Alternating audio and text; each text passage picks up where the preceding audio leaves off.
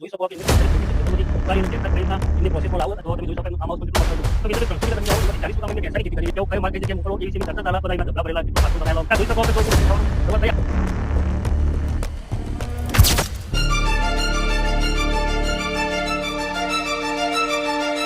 કેમ છો મિત્રો, હું ભાવિન પટેલ. તમે જોઈ રહ્યા છો ખેડૂત સફર ગુજરાત. તો મિત્રો, આજે હું તમને એ વાત બતાવવા આવ્યો છું કે ખેડૂતો ખેતી કરતા હોય અને સારી એવી શાકભાજીની ખેતી કરતા હોય મોટા પ્રમાણની અંદર. તો આજે આપણે એક વિજયભાઈના ખેતરમાં આવ્યા છીએ કે જે બહુ મોટા પ્રમાણમાં કોઈ બી શાકભાજીની ખેતી કરતા હોય. તો તમે આજે જોઈ શકો કે એમને ટેરસાની ખેતી છે, ખેતરમાંથી ઉતારી અને ટેરસા કઈ રીતના એમને પ્રોસેસમાં લાવો અને એની પ્રોસેસ શું કરી અને માર્કેટ સુધી કઈ રીતે પહોંચાડે અને કઈ રીતે એને બજારમાં વેચાણ થાય એ બધી પૂરી માહિતી હું તમને આપવાનો છું. તો મિત્રો, તમે આ ધ્યાનથી વિડીયો પૂરો જોજો કે જોઈ શકો તમે કે આ એમનું જે ટેરસા ઉતારી અને લાયા અહીંયા અને એનું પેકિંગ કઈ રીતના કર્યું તમે જોઈ શકો કે કેટલો માલ પડ્યો અને આ બાજુ પણ જોઈ શકો કેટલો માલ પડેલો જોઈ શકો તમે. આવો બીજો પણ માલ હજી આવી રહ્યો છે ખેતરની અંદરથી જે લોડ થઈને ટ્રેક્ટરમાંથી અલગ અલગ ખેતરમાંથી અહીંયા આવશે અને એનું પેકિંગ કઈ રીતે થશે એ હું તમને પૂરી રીતે વિડીયોમાં બતાવીશ, તમે જોઈ રહેજો. તો મિત્રો, આપણે જે મેં તમને બે પેકિંગ થયેલા બે ઢગલા બતાવ્યા અને આ ત્રીજો ઢગલો પણ છે એમનું જોઈ શકો તમે કે એમાં પણ પેકિંગ થઈ ગયેલું છે, હજી લોડ આવવાનો જ છે. અને 2 થી 3 ગાડીનો લોડ કરી અને ડીસા માર્કેટમાં ભરાવતા હોય તો તમે જોઈ શકો એમનું ફાર્મ હાઉસ પણ કેટલું મસ્ત જુઓ, ફૂલ આવેલા એમાં પણ ટેરસા છે. આ મફળીની પણ ખેતી છે, એમાં લગભગ મોટું કામ કે જે 200 થી 300 વીઘામાં ખેતી કરી અને સારી એવી આવક કમાય છે. તો આજે કેટલી આવક કમાય છે અને કઈ પદ્ધતિથી કમાય છે, શું પ્રોસેસ કરે એ આજના વિડીયોમાં હું તમને પૂરું બતાવવાનું છું. તો ખેડૂત મિત્રો, તમે પૂરો વિડીયો ધ્યાનથી જોજો. તો મિત્રો, આપણે જે તમને અત્યારે પેકિંગ બતાવ્યા કે ટેરસાના પેકિંગ કર્યા તો વિજયભાઈ છે એમને અલગ અલગ ભાજીઓને જમીન વાપવા આવેલી અને એમના ભાજ્યનો આપણે અનુભવ પૂછીએ કે ભાજ્યાને આપણે પૂછીએ કે વિજયભાઈ કેટલા વીઘામાં જમીન વાવેલી અને કેટલું ઉત્પાદન લે છે અને કેટલા ભાગ્યા રાખેલા છે. તો વિક્રમભાઈ, તમે વિજયભાઈના ભાગ્યા જ છો, તો તમે કેટલી જમીન વાવવા માટે રાખેલી? તમને ટોટલ 10 વીઘા વાવીએ છે અને ટેરસાની ખેતી 3 વીઘા કરી છે. તો 3 વીઘામાં એવી વિજયભાઈ કુલ ટોટલ કેટલા વીઘામાં ટેરસાની ખેતી કરી? 40 થી 45 વીઘા. તો મિત્રો, એમને 40 થી 45 વીઘામાં ખાલી ઓનલી ફોર ટેરસાની ખેતી કરી. એમને ટોટલ જમીન કેટલી વાવો વિજયભાઈ? ટોટલ બધી થઈ ટોટલ 300 વીઘા જમીન છે. તો વિજયભાઈ 300 વીઘા જમીન વાવો એમાંથી 40 વીઘામાં એમને ટેરસાની ખેતી કરેલી.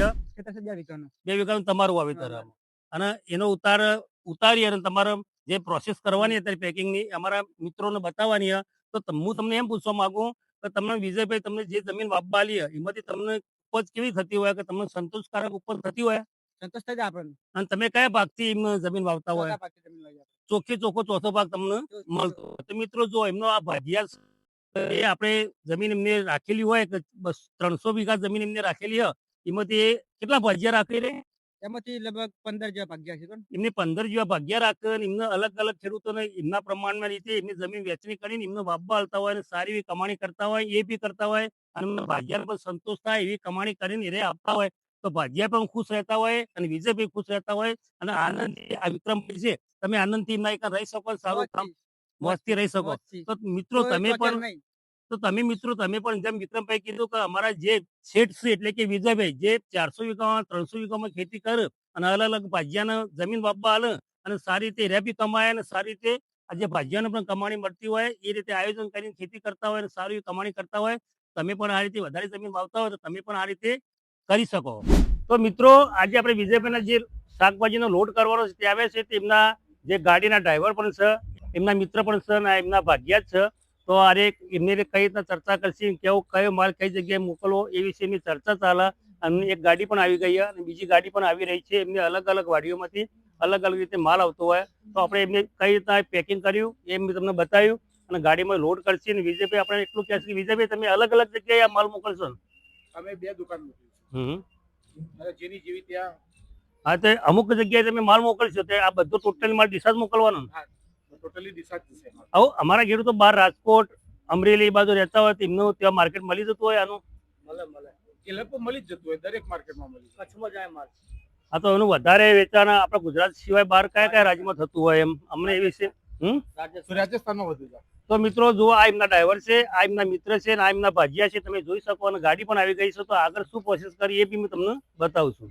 તો વિજયભાઈ, તમે આ લોડ તો કરો, તો તમે અલગ અલગ જગ્યાએ કઈ રીતના આમ તમને ખ્યાલ આવે કે આ જગ્યાએ આટલો માલ ઉતર્યો એના માટે તમે શું પ્રોસેસ છે મિત્રોને જરા કહેશો? એ તો શું વેપારીની ડિમાન્ડ હોય બરાબર. વેપારી આપણને ગમે ત્યારે ક્વોલિટી કહી દેતો હોય કે મારે આટલી બેગ જોશે, એ રીતે આપણે ગાડીને લોડ કરવો પડે. આ રીબિલિટી આ રીતની બતાવવી પડે.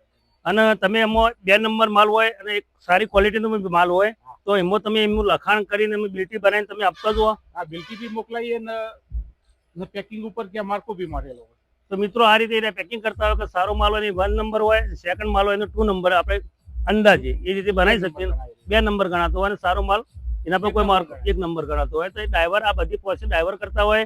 એમનું બધું ટોટલી બધું સેલ કરીને બિલ લઈને તમને ભાડું બી વિજયભાઈ આપી જ દેતા હોય અને ત્યાંથી બિલ લાવવાનું, બિલ તમે ત્યાંથી જ લઈને આવો અને વિજયભાઈ આપતા હોય. વિજયભાઈ ખાલી વિજયભાઈ અહીંયા બેઠા બેઠા વ્યવહાર જ કરવાનો હોય. વિજયભાઈને વ્યવહાર કરવાનો હોય અને પાર્ટીનો ફોન મારા ઉપર આવે કે યોગેશભાઈ આજે કેટલા દાગીના આવશે, મારે ડિટેલ આપવી પડે એમને. સરસ. કઈ દુકાને કેટલો માલ મોકલવો ને કઈ દુકાને કેટલો ના આપવો એ મારી જવાબદારી. તો મિત્રો તમે જોઈ શકો કે વિજયભાઈ કેટલું હેન્ડલિંગ કરે, એમના જે સપોર્ટ છે એમના ડ્રાઈવર બધું હેન્ડલિંગ કરતા હોય કે વિજયભાઈ ટ્રાન્સપોર્ટેશન એટલું બધું બેસ્ટ હોય ને તો મારે ઇન્કેશન 4 ગાડીની જરૂર પડે તો બી 10 મિનિટમાં બોલાય.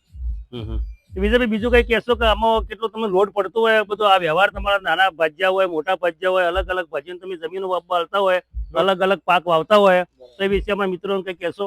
લોટ તો ઘણો બધો પડે બરાબર. મોટું કામ હોય તો મોટો લોટ પડે, નાનું કામ હોય તો નાનો લોટ પડે. તો તમારો મહિનાની અંદર કે 12 મહિનાની અંદર કેટલું ટર્ન ઓવર રહેતું હોય? એમ એ બધી પ્રાઇવેસી કહેવાય બરાબર. એને જાહેરાત ના કરી શકાય.